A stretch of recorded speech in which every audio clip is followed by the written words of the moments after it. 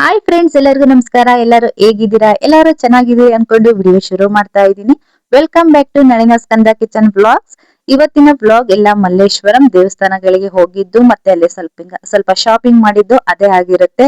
ಇವತ್ತು ಬೆಳಿಗ್ಗೆನೆ ಯಾವುದೇ ರೀತಿಯ ಮನೇಲಿ ವಿಡಿಯೋ ಮಾಡ್ಕೊಳಕ್ಕಾಗ್ಲಿಲ್ಲ. ಬೆಳಿಗ್ಗೆನೆ ಬೇಗ ಎದ್ದು ಬ್ರೇಕ್ಫಾಸ್ಟ್ ಎಲ್ಲ ರೆಡಿ ಮಾಡಿ ಮನೇಲಿ ಪೂಜೆ ಎಲ್ಲ ಮುಗಿಸ್ಬಿಟ್ಟು ದೇವಸ್ಥಾನಕ್ಕೆ ಹೋಗಿದ್ವಿ. ನಾವು ಮತ್ತೆ ನಮ್ಮ ಫ್ರೆಂಡ್ಸ್ ನೇಬರ್ ಎಲ್ಲ ಸೇರ್ಬಿಟ್ಟು ಹೋಗಿದ್ದಂತೂ ಮಲ್ಲೇಶ್ವರಂ. ಅಂದ್ರೆ ಹೂಗಳು ನೋಡಕ್ಕೆ ಒಂದು ಚಂದ ನೋಡಿ. ಇದು 18 ಕ್ರಾಸ್ ಅಲ್ಲಿ ಈ ರೀತಿ ನಿಮ್ಗೆ ಯಾವ ಹೂ ಬೇಕು, ಯಾವ ತರ ಹೂವಿನ ಹಾರಗಳು ಬೇಕು, ನೋಡೋದಕ್ಕಂತೂ ಕಣ್ಣಿಗೆ ಒಂದು ಆನಂದ ಆಗುತ್ತೆ. ಹೂವಿನ ಹಾರಗಳನ್ನೆಲ್ಲ ನೋಡ್ತಾ ಇನ್ನೇನು ನೆಕ್ಸ್ಟು ಬರ್ತಾ ಇರೋದು ವರಮಹಾಲಕ್ಷ್ಮಿ ಹಬ್ಬ ಬರ್ತಾ ಇದೆ ಅಲ್ವಾ. ಅದಕ್ಕೆ ಯಾವ ರೀತಿ ಹಾರಗಳನ್ನ ಮಾಡ್ಬೋದು ಮತ್ತು ಸಿಂಪಲ್ಲಾಗಿ ನಾವೇ ಮನೇಲಿ ಯಾವ ರೀತಿ ಹಾರಗಳನ್ನ ಮಾಡ್ಬೋದು ಅಥವಾ ಇಲ್ಲಿ ಬಂದು ತೊಗೊಂಡು ಹೋಗ್ಬೋದಾ ಅಂತೇಳಿ ಹಾಗೆ ನಾವು ಸಹ ಡಿಸ್ಕಸ್ ಮಾಡ್ತಾ ಹಾರಗಳನ್ನೆಲ್ಲ ಹಾಗೆ ಒಂದು ವಿಡಿಯೋನು ಮಾಡ್ಕೊಂಡ್ವಿ.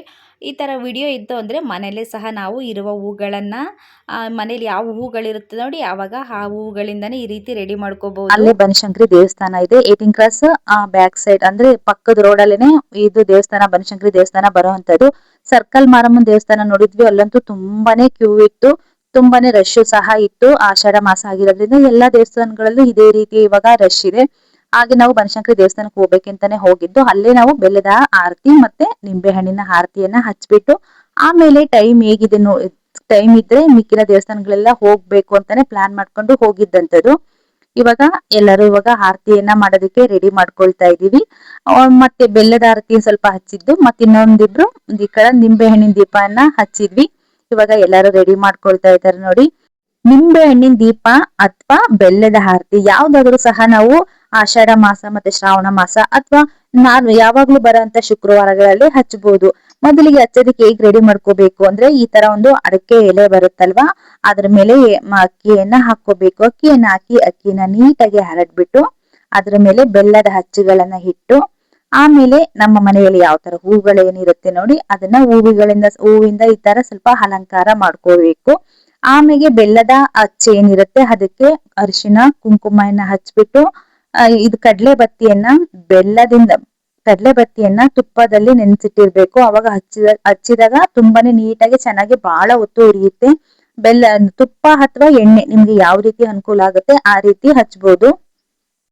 ಅಡಕೆ ಪಟ್ಟೆ ಈ ತರ ಇಲ್ಲ ಅಂದ್ರೆ ಸ್ಟೀಲಿನ ತಟ್ಟೆಯಲ್ಲೇ ಈ ರೀತಿ ಜೋಡಿಸ್ಕೊಂಡ್ಬಿಟ್ಟು ಹಚ್ಬಿಟ್ಟು ಆಮೇಲೆ ಬೆಲ್ಲದ ಹಚ್ಚನ್ನ ಅಲ್ಲಿ ಇಟ್ಬಿಟ್ಟು ಮಡ್ಲಕ್ಕಿ ಅಕ್ಕಿ ಏನಿರುತ್ತೆ ನೋಡಿ ಅಲ್ಲಿ ದೇವಸ್ಥಾನಗಳಲ್ಲಿ ಏನಾದ್ರೂ ಇಟ್ಟಿರ್ತಾರೆ ಅದಕ್ಕೆ ಸುರಿದ್ಬಿಟ್ಟು ಸ್ಟೀಲ್ ತಟ್ಟೆ ಅದನ್ನ ವಾಪಸ್ ತಗೊಂಬಂದ್ರೆ ಆಯ್ತು.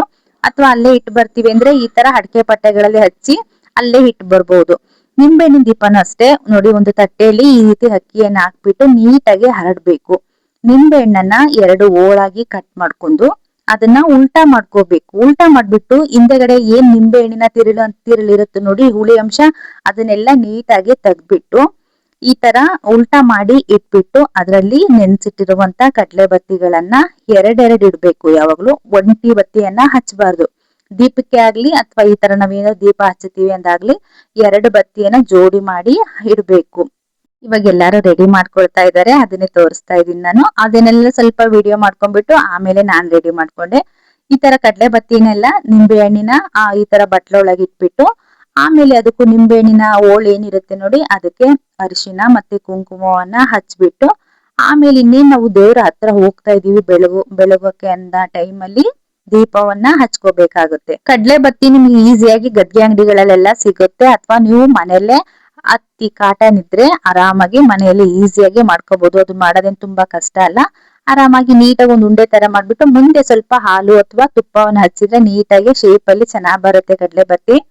ಈ ರೀತಿ ನೋಡಿ ಎಲ್ಲಾ ರೆಡಿ ಮಾಡ್ಕೊಂಡಾದ್ಮೇಲೆ ಅದಕ್ಕೆ ಎಣ್ಣೆ ಅಥವಾ ತುಪ್ಪ ನಾವೇನ್ ಹಚ್ಬೇಕು ಅಂತ ತಗೊಂಡೋಗಿರ್ತೀವಿ ನೋಡಿ ಅದಕ್ಕೆ ಆ ಬಟ್ಲೊಳಗೆ ಹಾಕೋಬೇಕು. ಆ ತರ ಹಾಕೋದ್ರಿಂದ ತುಂಬಾ ಟೈಮ್ ಉರಿಯುತ್ತೆ ಬತ್ತಿಗಳು. ಇವಾಗ ನೋಡಿ ಬೆಲ್ಲದ ಆರತಿನೂ ಸಹ ಈ ಕಡೆ ರೆಡಿ ಆಗಿದೆ, ಈ ಕಡೆ ನಿಂಬೆ ಹಣ್ಣಿನ ಆರತಿನೂ ಸಹ ಎಲ್ಲಾರ್ದು ರೆಡಿ ಆಗಿತ್ತು. ಎಲ್ಲಾರು ಈ ರೀತಿ ಆರತಿಯನ್ನ ರೆಡಿ ಮಾಡ್ಕೊಂಡು ದೇವಸ್ಥಾನಕ್ಕೆ ಹೋಗಿ ನಾವು ಮಾಡ್ಕೊಂಡ್ವಿ. ಲಾಸ್ಟ್ ವೀಕ್ ಹೋಗಿದ್ ದೇವಸ್ಥಾನದಲ್ಲಿ ತುಂಬಾ ರಶ್ ಇತ್ತು ಅಂತ ಹೇಳಿ ಹಾಗೆ ಹೋಗ್ತಾನೆ ಎಲ್ಲ ನಿಂತ್ಕೊಂಡೆ ರೆಡಿ ಮಾಡ್ಕೊಂಡು ಹೋಗಿದ್ವಿ. ಈ ಸಲ ಆತರ ಆಗ್ಲಿಲ್ಲ. ನಾವು ಈ ದೇವಸ್ಥಾನದಲ್ಲಿ ದೇವರ ಅಲಂಕಾರ ಏನು ನಡೀತಾ ಇತ್ತು, ಹಾಗಾಗಿ ಇಲ್ಲಿ ರಶ್ ಸಹ ಇರ್ಲಿಲ್ಲ. ಈ ರೀತಿ ಸಮಾಧಾನವಾಗಿ ಪೀಸ್ಫುಲ್ ಆಗಿ ಕೂತ್ಬಿಟ್ಟು ಎಲ್ಲ ಹಚ್ಕೊಂಡು ಆಮೇಲೆ ಸಮಾಧಾನವಾಗಿ ಹೋಗ್ಬಿಟ್ಟು ಆರತಿ ಎಲ್ಲ ಮಾಡಿದ್ವಿ. ನೋಡಿ ಎಲ್ಲರೂ ಸಹ ಯಾರು ನೋಡಿದ್ರು ನಿಂಬೆ ಹಣ್ಣಿಂದು ಅಥವಾ ಬೆಲ್ಲದ ಆರತಿಗಳನ್ನ ಈ ರೀತಿ ದೇವಸ್ಥಾನದಲ್ಲಿ ಕೂತ್ಬಿಟ್ಟು ರೆಡಿ ಮಾಡ್ಕೊಳ್ತಾ ಇದ್ರು. ಆಮೇಲೆ ಈ ತರ ನೋಡಿ ಇನ್ನೇನ್ ನಾವು ಹಚ್ಚುತ್ತೀವಿ ಅಂದಾಗ ಅಥವಾ ಬೇಗ ಬತ್ತಿ ಏನಾದ್ರು ಹತ್ತಲ್ಲ ಅಂದ್ರೆ ಒಂದ್ ಸ್ವಲ್ಪ ಕರ್ಪೂರಗಳನ್ನ ನಿಮ್ ಬತ್ತಿ ಕಡ್ಲೆ ಬತ್ತಿ ಇಟ್ಟಿರ್ತೀವಲ್ಲ ಅದ್ರ ತುದಿಗೆ ಸ್ವಲ್ಪ ಸ್ವಲ್ಪ ಈ ರೀತಿ ಸೌರ್ ಬಿಟ್ಟು ಹಚ್ಚಿದ್ರೆ ತುಂಬಾ ಬೇಗ ಹತ್ತತ್ತೆ. ಗಾಳಿನೂ ಇದ್ರೂ ಸಹ ಬೇಗನೆ ಹತ್ಕೊಂಡ್ಬಿಡುತ್ತೆ. ಕರ್ಪೂರ ಬೇಗ ಹಚ್ಚಿರ್ತೀವಲ್ವಾ ನಾವು, ಕರ್ಪೂರ ಬೇಗನೆ ಹತ್ಕೊಂಡ್ಬಿಡುತ್ತೆ. ಅವಾಗ ಬತ್ತಿಗಳು ಸಹ ಬೇಗ ಹತ್ಕೊಳ್ಳುತ್ತೆ. ನಮ್ಗೆ ಪೂಜೆ ಮಾಡೋದಕ್ಕೂ ಸಹ ಆರತಿ ಮಾಡೋದಕ್ಕೂ ಸಹ ಚೆನ್ನಾಗಿ ಆಗುತ್ತೆ. ನೋಡ್ತಾ ಇರ್ಬೋದು ಇವಾಗ ಫೈನಲಿ ನಮ್ದು ಆರತಿಗಳೆಲ್ಲರದು ಸಹ ಇವಾಗ ರೆಡಿ ಆಗಿದೆ. ಇವಾಗ ಎಲ್ಲರೂ ಹಾಗೆ ಹಚ್ಬಿಟ್ಟು ಮುಂದೆ ದೇವಸ್ಥಾನಕ್ಕೆ ಹಾಗೆ ದೇವರ ಗರ್ಭಗುಡಿ ಹತ್ರ ಹೋಗ್ಬಿಟ್ಟು ಇವಾಗ ಬೆಳಗ್ಬೇಕು. ನೋಡಿ ದೇವಸ್ಥಾನದಲ್ಲಿ ಮಹಾಮಂಗಳಾರತಿಗೆ ಅಂತ ಎಷ್ಟು ಚೆನ್ನಾಗಿ ಕಡ್ಲೆ ಬತ್ತಿಗಳನ್ನೆಲ್ಲ ರೆಡಿ ಮಾಡಿ ಇಟ್ಟಿದ್ರು. ಅದನ್ನ ನೋಡೋದಕ್ಕೆ ಒಂದ್ ಚಂದ ಇತ್ತು. ತುಂಬಾನೇ ಚೆನ್ನಾಗಿ ಅಲಂಕಾರ ಮಾಡ್ತಾ ಇದ್ರು. ದೇವಸ್ಥಾನದಲ್ಲಿ ಇನ್ನು ಮಹಾಮಂಗಳಾರತಿ ಅಂದ್ರೆ ದೇವರ ಅಲಂಕಾರ ಇನ್ನೂ ಆಗಿರ್ಲಿಲ್ಲ. ಹಾಗಾಗಿ ಮಹಾಮಂಗಳಾರತಿ ಇನ್ನು ತುಂಬಾ ಟೈಮ್ ಇತ್ತು. ನಾವು ಬೇರೆ ದೇವಸ್ಥಾನಗಳಿಗೂ ಹೋಗೋ ಪ್ಲಾನ್ ಇದ್ರಿಂದ ನಾವು ತುಂಬಾ ಟೈಮ್ ಕಾಯ್ಲಿಲ್ಲ. ಈ ರೀತಿ ನೋಡಿ ದೇವರ ಅಲಂಕಾರ ಅಂತೂ ತುಂಬಾನೇ ಚೆನ್ನಾಗಿ ನಡೀತಾ ಇತ್ತು. ದೇವಿನೂ ಅಷ್ಟೇ ತುಂಬಾ ಚೆನ್ನಾಗಿ ಕಾಣಿಸ್ತಾ ಇದ್ರು. ಎಲ್ಲ ದಿಂಡುಗಳನ್ನ ತಗೊಂಬಂದಿದ್ರು ಅನ್ಸುತ್ತೆ. ದಿಂಡುಗಳನ್ನೆಲ್ಲ ಈ ರೀತಿ ಅಲಂಕಾರ ಮಾಡ್ತಾ ಇದ್ರು. ಶುಕ್ರವಾರ ಬೇರೆ, ಅದ್ರಲ್ಲೂ ಆಷಾಢ ಶುಕ್ರವಾರ ಅಲ್ವಾ, ಹಾಗಾಗಿ ಅಲಂಕಾರ ಸ್ವಲ್ಪ ತುಂಬಾನೇ ಜೋರಾಗಿ ಇತ್ತು. ಆರತಿ ಎಲ್ಲ ಮಾಡ್ಬಿಟ್ಟು ಆಮೇಲೆ ನಾವು ಒಂದು ಫೋಟೋನು ಸಹ ತಗೊಂಡ್ವಿ. ಆಮೇಲೆ ಅರ್ಶಿನ ಕುಂಕುಮ ಎಲ್ಲ ತಗೊಳಕ್ಕೆ ಅಂತ ಬಂದ್ವಿ. ಅರ್ಶಿನ ಕುಂಕುಮ ತಗೋಬೇಕಾದ್ರೆ ಯಾವಾಗ್ಲೇ ಆಗ್ಲಿ ಫ್ರೆಂಡ್ಸ್, ನೋಡಿ ಮೊದಲು ನಾವು ಅರಿಶಿನವನ್ನ ತಗೊಂಡು ಹಚ್ಕೋಬೇಕು, ಆಮೇಲೆ ಕುಂಕುಮವನ್ನ ತಗೊಂಡು ಹಚ್ಕೋಬೇಕು. ನಮ್ಮನ್ನ ಯಾರಾದ್ರೂ ಕುಂಕುಮಕ್ಕೆ ಕರ್ದಾಕೆ ಆಗ್ಲಿ ಅಥವಾ ನಾವು ದೇವಸ್ಥಾನಕ್ಕೆ ಹೋದಾಗ್ಲೇ ಆಗ್ಲಿ, ಈ ರೀತಿ ಮೊದಲು ನಾವು ಅರಿಶಿನವನ್ನ ಮುಟ್ಟಿ ಅರಿಶಿನವನ್ನ ಹಚ್ಕೊಂಡು ಆಮೇಲೆ ಕುಂಕುಮವನ್ನ ತಗೋಬೇಕು. ಅದು ಒಂದು ಪದ್ಧತಿ. ಆಮೇಲೆ ಹಾಗೆ ಪಕ್ಕನ ಅದೇ ಕಾಂಪೌಂಡ್ ಒಳಗೆ ಪಕ್ಕ ಒಂದು ಗಣೇಶನ ದೇವಸ್ಥಾನ ಇದೆ ಅಂತ ಹೇಳಿದ್ರು. ಹಾಗೆ ಅಲ್ಲೂ ಸಹ ಒಳಗ್ ಹೋಗ್ಬಿಟ್ಟು ಗಣೇಶನ ದೇವಸ್ಥಾನನ ಒಳಗಡೆ ಹೋದ್ವಿ. ಅಲ್ಲಿ ಶಿವನ ದೇವಸ್ಥಾನನೂ ಸಹ ಇತ್ತು ಒಳಗಡೆ. ನೋಡಿ ಈ ರೀತಿ ಶಿವನನ್ನು ಉಯ್ಯಾಲೆ ಮೇಲೆ ಈ ರೀತಿ ಇಟ್ಟಿದ್ರು. ತುಂಬಾನೇ ಚೆನ್ನಾಗಿತ್ತು ಕ್ಯೂಟ್ ಆಗಿ ನೋಡೋದಕ್ಕೆ. ಅದನ್ನು ಸಹ ನಾವು ಸಹ ಉಯ್ಯಾಲೆ ಎಲ್ಲ ತೂಗ್ಬಿಟ್ಟು, ಶಿವನ ಲಿಂಗನೂ ಅಷ್ಟೇ ತುಂಬಾನೇ ದೊಡ್ಡದಾಗಿತ್ತು. ಹಾಗೆ ತುಂಬಾನೇ ಚೆನ್ನಾಗಿತ್ತು. ಅದ್ರ ದರ್ಶನ ಸಹ ಮಾಡ್ಕೊಂಡ್ಬಿಟ್ಟು ಆಮೇಲೆ ಹಾಗೆ ಸ್ವಲ್ಪ ಮುಂದೆ ಬಂದ್ರೆ ಅಲ್ಲಿ ಗಣೇಶನ ದೇವಸ್ಥಾನ ಇತ್ತು. ಅದೇ ಗಣೇಶನ ಅಲ್ಲೂ ಸಹ ಪೂಜೆ ಎಲ್ಲ ಮುಗ್ದಿತ್ತು. ಅಲ್ಲೂ ಸಹ ದರ್ಶನ ಎಲ್ಲ ಮಾಡ್ಕೊಂಡ್ಬಿಟ್ಟು ನೋಡಿ ಎಷ್ಟು ಚೆನ್ನಾಗಿ ಉಯ್ಯಾಲೆ ಮೇಲೆ ಗಣೇಶನ ಇಟ್ಟಿದ್ರು. ಅದನ್ನು ಸಹ ನಾವು ಸಹ ಈ ರೀತಿ ತೂಗಿ ಹಾಗೆ ಮುಂದೆ ಬಂದ್ವಿ. ಎಲ್ಲ ಮುಗಿಸ್ಕೊಂಡ್ಬಿಟ್ಟು ಬಂದ್ರೆ ಈ ತರ ನೋಡಿ ಕಾಂಪೌಂಡ್ ಒಳಗೆ ದೊಡ್ಡದು ಆಲದ ಮರ ಇತ್ತು. ತುಂಬಾನೇ ಚೆನ್ನಾಗಿತ್ತು. ಆಲದ ಮರ ಅಂತೂ ಎಷ್ಟು ದೊಡ್ಡದಾಗಿತ್ತು. ಅಲ್ಲೇ ನಾಗರಕಲ್ಲು ಸಹ ಎಲ್ಲ ಇತ್ತು. ಅದನ್ನು ಸಹ ಎಲ್ಲ ನಮಸ್ಕಾರ ಮಾಡ್ಕೊಂಡ್ಬಿಟ್ಟು ನೆಕ್ಸ್ಟ್ ನಾವು ವೇಣುಗೋಪಾಲ ಸ್ವಾಮಿ ದೇವಸ್ಥಾನಕ್ಕೆ ಹೋಗಿದ್ದು. ವೇಣುಗೋಪಾಲ ಸ್ವಾಮಿ ದೇವಸ್ಥಾನ ಅಥವಾ ಕೃಷ್ಣನ ದೇವಸ್ಥಾನ ಅಂತಾರೆ. ನಾವು ಹಾಗೆ ಮುಂದೆ ಸ್ವಲ್ಪ ಬಂದ್ಬಿಟ್ರೆ ಆ ಬನಶಂಕರಿ ದೇವಸ್ಥಾನದಿಂದ ಹಾಗೆ ಮುಂದೆ ಬಂದ್ರೆ ಸ್ವಲ್ಪ ಇಲ್ಲಿ ಸ್ವಲ್ಪ ಕ್ರಾಸ್ ಆದ್ರೆ ಸಾಕು ವೇಣುಗೋಪಾಲ ಸ್ವಾಮಿ ದೇವಸ್ಥಾನ ಸಿಗುತ್ತೆ. ಅಲ್ಲೂ ಸಹ ಮಹಾಮಂಗಳಾರತಿ ಟೈಮ್ ಆಗಿತ್ತು. ಅಲ್ಲೂ ಸಹ ಮಹಾಮಂಗಳಾರತಿ ಇನ್ನೇನ್ ಆಗುತ್ತೆ ಅಂದಾಗ ನಾವು ಹೋಗಿದ್ದು. ಮಹಾಮಂಗಳಾರತಿ ಟೈಮಿಗೆ ಕರೆಕ್ಟ್ ಆಗಿ ಹೋಗಿದ್ರಿಂದ ಅಲ್ಲೂ ಸಹ ನಮಗೆ ದರ್ಶನ ಆಯ್ತು. ಆಮೇಲೆ ಸ್ವಲ್ಪ ಪ್ರಸಾದನೂ ಸಿಕ್ತು ನಮಗೆ. ಪ್ರಸಾದ ಎಲ್ಲ ತಿಂದು ಮತ್ತೆ ಈಗ ಈ ಕಡೆ ಗಂಗಮ್ಮನ ದೇವಸ್ಥಾನಕ್ಕೆ ಹೋಗೋಣ ಅಂತ ಬಂದ್ವಿ. ನಾವು ಅಷ್ಟಿರತ್ಕೋ ಅದಕ್ಕೂ ಸ್ವಲ್ಪ ಪ್ರಸಾದ ತಿಂದ್ಮೇಲೆ ನಮಗೂ ತುಂಬಾ ಸಮಾಧಾನ ಆಯ್ತು. ಆಮೇಲೆ ಗಂಗಮ್ಮನ ದೇವಸ್ಥಾನಕ್ಕೆ ಹೋಗೋಕೆ ಅಂತ ಬಂದ್ವಿ. ತುಂಬಾನೇ ರಶ್ ಇತ್ತು ಅಲ್ಲಿ. ಸಿಕ್ಕಾಬಟ್ಟೆ ರಶ್ ಅಂದ್ರೆ ನಾವು ತುಂಬಾ ಸುಮಾರು ದೂರ ಕ್ಯೂ ನಲ್ಲೇ ಮುಂದಕ್ಕೆ ಆಗಿ ನಡ್ಕೊಂಡ್ ಬಂದ್ರೆ ಇನ್ನು ಮುಂದೆ ಹೋಗ್ತಾ ಹೋಗ್ತಾ ಸಖತ್ ರಶ್ ಆಗಿತ್ತು. ಆಮೇಲೆ ಇದೆಲ್ಲ ಮುಗಿಸ್ಕೊಂಡ್ಬಿಟ್ಟು ನಾವು ಮತ್ತೆ ಮಕ್ಳು ಬರೋ ಟೈಮ್ಗೆ ಮನೆಗೆ ಹೋಗ್ಬೇಕಾಗಿತ್ತಲ್ವಾ, ಹಾಗಾಗಿ ಇನ್ನೊಂದು ದಿನ ಬಂದ್ರಾಯ್ತು. ಆಷಾಢ ಶುಕ್ರವಾರ ಆಗಿರೋದ್ರಿಂದ ಎಲ್ಲಾ ದೇವಸ್ಥಾನಗಳಲ್ಲೂ ಇದೇ ರೀತಿಯ ರಶ್ ತುಂಬಾನೇ ಇರುತ್ತೆ. ಆಮೇಲೆ ಸ್ವಲ್ಪ ಮುಂದೆ ಹೋದ್ರೆ ಅಟ್ಲೀಸ್ಟ್ ಮುಂದೆ ಗರ್ಭಗುಡಿ ಬಾಗ್ಲ ತನಕನಾದ್ರೂ ಹೋದ್ರೆ ದೇವ್ರೇನಾದ್ರೂ ಕಂಡ್ರೆ ಅಲ್ಲೇ ನೋಡ್ಬಿಟ್ಟು ನಮಸ್ಕಾರ ಮಾಡೋಣ ಅಂತೇಳಿ ಪೂರ್ತಿ ಮುಂದಿನ ಭಾಗ ತನಕನೂ ಹೋದ್ವಿ. ನೋಡ್ತಾ ಇರ್ಬೋದು ನೀವು ನೋಡಿ ಎಷ್ಟು ರಶ್ ಇದೆ ಅಂದ್ರೆ ಸಿಕ್ಕಾಬಟ್ಟೆ ರಶ್ ಇತ್ತು. ಆಮೇಲೆ ಈ ರಶ್ ನೋಡಿ ಇನ್ನೇನ್ ನಮ್ಗೆ ಆಗೋದಿಲ್ಲ ಹೋಗೋದಕ್ಕೆ ಅನ್ಕೊಂಡು ನಾವು ಹೊರಗ್ಲಿಂದಾನೇ ನಮಸ್ಕಾರ ಮಾಡ್ಕೊಂಡು ಮಲ್ಲೇಶ್ವರಂ ಗಂಗಮ್ಮ ತಾಯಿ ದೇವಸ್ಥಾನದ ಜಾತ್ರೆನೂ ಸಹ ವರ್ಷದಲ್ಲಿ ಒಂದ್ಸರಿ ಆಗುತ್ತೆ. ಹಾಗೇನೆ ಅದ್ರ ಎದುರಿಗೇನೆ ಬಂದ್ರೆ ಈ ಕಡೆ ದಕ್ಷಿಣ ಮುಖ ನಂದಿ ತೀರ್ಥ ಕಲ್ಯಾಣ ಕ್ಷೇತ್ರ ಅಂತೇಳಿ ಈ ರೀತಿ ಒಂದು ದೇವಸ್ಥಾನ ಇದೆ.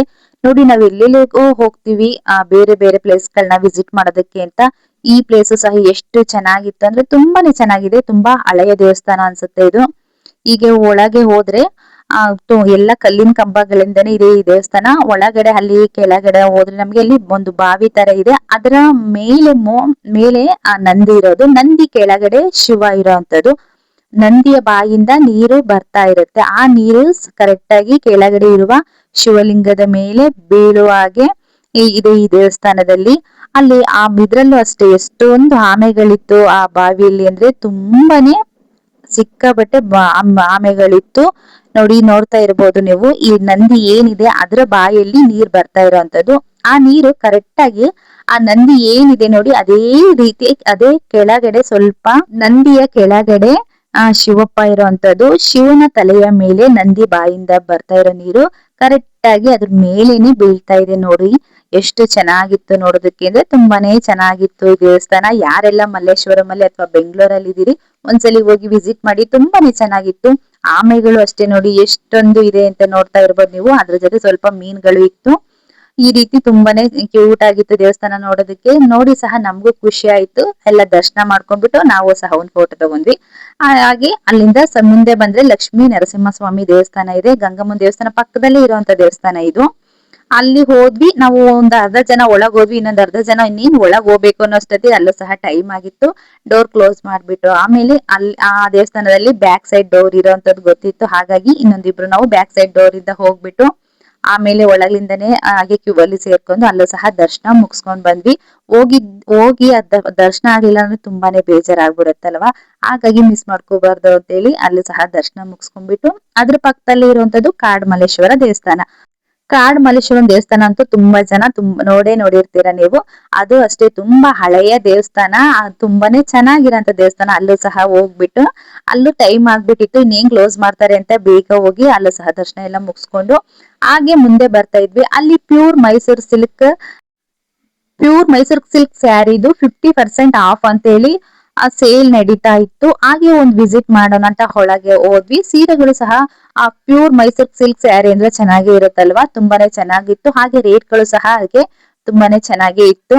ನೋಡ್ತಾ ಇರ್ಬೋದು ನೀವು. ನೋಡಿ, 37, 25K ಅಥವಾ 30K, 15K, 5K ಈ ತರ ಈ ಪ್ರೈಸ್ ಗಳಿತ್ತು. 50% ಆಫ್ ಅಂತ ಹಾಕಿದ್ರು. ಅದ್ರಲ್ಲಿ ಆಫ್ ಅಂದ್ರೆ 55 ಇದ್ರೆ 12 ಸಮಥಿಂಗ್ ಈ ತರ ಬರುತ್ತೆ. ಹಾಗೆ ಅದನ್ನು ಸಹ ನೋಡ್ಕೊಂಡ್ಬಿಟ್ಟು ಹೀಗೆ ಮುಂದೆ ಬಂದ್ವಿ. ಆದ್ರೆ ಮೊದಲಷ್ಟು ಮಲ್ಲೇಶ್ವರಂ ಅಲ್ಲಿ ಯಾವುದೇ ರೀತಿಯ ಸ್ಟ್ರೀಟ್ ಶಾಪಿಂಗ್ ಗಳು ಇಲ್ಲ. ಕೆಲವೊಂದು ಮಾತ್ರ ಅಂಗಡಿಯ ಭಾಗದಲ್ಲಿ ಏನ್ ಜಾಗ ಇದೆ ನೋಡಿ, ಸ್ವಲ್ಪ ಅಲ್ಲಿ ಯಾರಿಗಾದ್ರೂ ಹಿಡ್ಕೊನೋ ಅಂತ ಜಾಗ ಇದ್ರೆ ಅಲ್ಲಿ ಮಾತ್ರನೇ. ಇದಕ್ಕೂ ಮೊದ್ಲು ನೀವು ಮಲ್ಲೇಶ್ವರಂ ಅಲ್ಲಿ ಯಾರೆಲ್ಲ ಸ್ಟ್ರೀಟ್ ಶಾಪಿಂಗ್ ಮಾಡಿದ್ರಿ ಅಂತ ನನಗೆ ಪ್ಲೀಸ್ ಕಮೆಂಟ್ ಮಾಡಿ.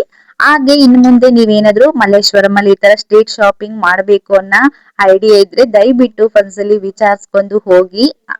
ಈ ರೀತಿ ನೋಡಿ, ಇವಾಗ ಯಾವ್ದೇ ರೀತಿಯ ಶಾಪ್ ಗಳು ಖಂಡಿತ ಇಲ್ಲ. ನಾವು ಹಾಗೆ ಒಳಗಡೆ ಹೋಗ್ಬಿಟ್ಟು ಈ ರೀತಿ ಸ್ವಲ್ಪ ಸರಗಳನ್ನೆಲ್ಲ ಹಾಗೆ ನೋಡ್ಬೇಕಾಗಿತ್ತು. ನೋಡ್ಕೊಂಡ್ಬಿಟ್ಟು ಕೆಲವೊಂದು ನಾವು ಸಹ ಶಾಪಿಂಗ್ ಮಾಡ್ಕೊಂಡ್ಬಿಟ್ಟು ಬಂದಿದ್ದಂತ ವಿಡಿಯೋ ಆಗಿತ್ತು ಫ್ರೆಂಡ್ಸ್ ಇವತ್ತು. ಒಂದಕ್ಕಿಂತ ಒಂದು ಸರಗಳು ತುಂಬಾನೇ ಚೆನ್ನಾಗಿತ್ತು. ನಾವ್ ಅದನ್ನ ನೋಡಿ ಈಗ ತೋರಿಸ್ತಾ ಇದೀನಲ್ಲ ಸರ, ಫಸ್ಟ್ ಎಲ್ಲ ಈ ತರ ನೆಕ್ಲೆಸ್ ಬರ್ತಾ ಇತ್ತು. ಅದನ್ನೇನ್ ಮಾತಾಡ್ಕೊಂತ ಎಲ್ಲ ನಾವು ನೋಡ್ಕೊಂಡ್ಬಿಟ್ಟು ಬಂದ್ವಿ. ಹಾಗೆ ಕೆಲವೊಂದು ಡ್ರೆಸ್ ಗಳನ್ನ ಸಹ ನಾವು ತಗೊಂಡ್ ಬಂದ್ವಿ. ಇವತ್ತು ನಾನ್ ತಗೊಂಡಿದ್ದಂತ ಡ್ರೆಸ್ ಇದು ಅಸ ಸ್ಟ್ರೀಟ್ ಅಲ್ಲೇ ತಗೊಂಡಿದ್. ನಾನು ಒಂದೆರಡು ಅಂಗಡಿ ಇತ್ತು ಅಂತ ಹೇಳಿದ್ನಲ್ಲ, ಅಲ್ಲೇ ತಗೊಂಡಿದ್ದಂತೂ ಪ್ರೈಸ್ ಓಕೆ ಅನಿಸ್ತು. ಹಾಗಾಗಿ ನಾನು ತಗೊಂಡೆ. ಕ್ವಾಲಿಟಿನೂ ಸ್ವಲ್ಪ ಓಕೆ ಅನಿಸ್ತು, ಹಾಗಾಗಿ ತಗೊಂಡಿದ್ದಂತದ್ದು. ಇವತ್ತಿನ ವಿಡಿಯೋ ಇದೇ ಆಗಿತ್ತು ಫ್ರೆಂಡ್ಸ್. ಯಾರೆಲ್ಲ ವಿಡಿಯೋ ನೋಡ್ತಾ ಇದ್ರಿ ಪ್ಲೀಸ್ ಲೈಕ್ ಮಾಡಿ, ಹಾಗೆ ಶೇರ್ ಮಾಡಿ. ಸಬ್ಸ್ಕ್ರೈಬ್ ಮಾಡದೆ ನೋಡ್ತಾ ಇದ್ರೆ ಪ್ಲೀಸ್ ಸಬ್ಸ್ಕ್ರೈಬ್ ಮಾಡಿ. Thank you for watching.